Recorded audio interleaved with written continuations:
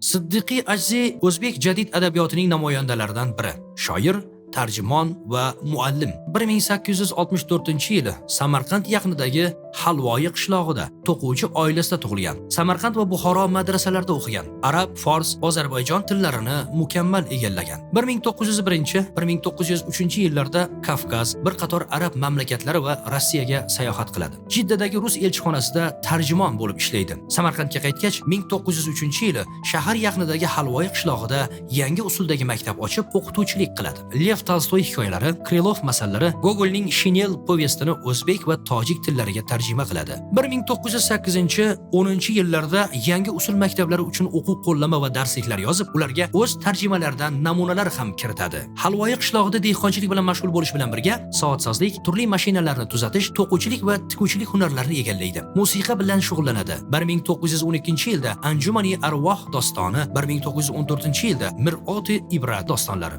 1914-yilda Ganjinai hikmat, 1916-yilda Aynul adab she'riy to'plamlari nashr qilindi. Bu asarlarda Turkistonning o'sha davrdagi fojiali ahvoli va undan qutulish choralari, 4 narsa: ilm, fan, davlat, til, qonunni qo'lga kiritmagan millat halokatga mahkumligi borasida bahs yuritib, ijtimoiy hayotdagi turg'unlikni tanqid qiladi. Fuzuliy va bedilga xos uslubi bilan ajralib turadi. Keng ommani ma'rifatga boshlash, haq-huquqni anglatishni adabiyotning asosiy vazifalaridan biri deb hisoblaydi. 1918-21-yillarda Samarqand viloyati adliya komissari lavozimida ishlaydi. 1922-yildan yana o'qituvchilikka qaytadi. Samarqandda o'zbek va tojik tillaridagi Mashrab, Mulla Mushfiqiy kabi hajviy jurnallarini, Zafaron gazetasini chiqarishda faol qatnashadi. Mayna, Ginagina, Shashbar, Nayza, Tir, Gumnom, Olmos imzolari bilan hajviy asarlar yozadi. Ularda sho'ro tuzumida yuz berayotgan o'zgarishlarni ushlamaslik, kelajakdan xavotirlanish kayfiyatlari seziladi.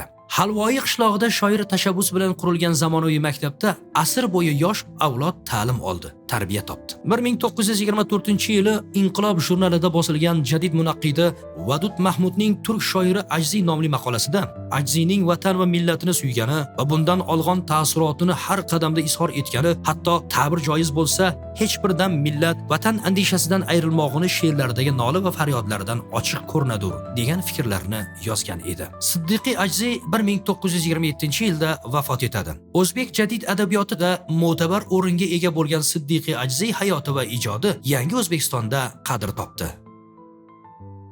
Agar men xatib bo'lsam, minbar xitobiga chiqib o'zbekcha xutba o'qir edim, toki xalq so'zimga tushunib mutaassir bo'lsinlar.